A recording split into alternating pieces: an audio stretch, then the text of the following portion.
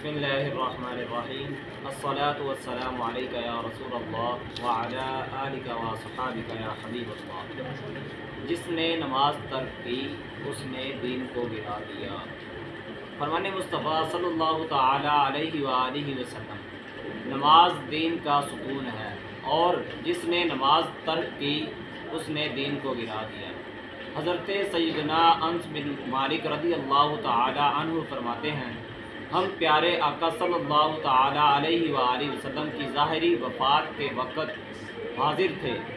آپ صلی اللہ تعالی علیہ وآلہ وسلم نے ہم سے 3 بار ارشاد فرمایا، نماز کے معاملے میں اللہ سے ڈرو۔ علامہ مناوی رحمۃ اللہ تعالی علیہ اس روایت کے تحت فرماتے ہیں، یعنی نماز کی پابندی کے ذریعے اپنے آپ کو اللہ پاک کے غضب سے بچاؤ، اس امید پر کہ تمہارا رب کریم راضی ہو جائے۔ صلو علی الحبیب صلی اللہ تعالی علی محمد صلی اللہ علیہ وآلہ وسلم۔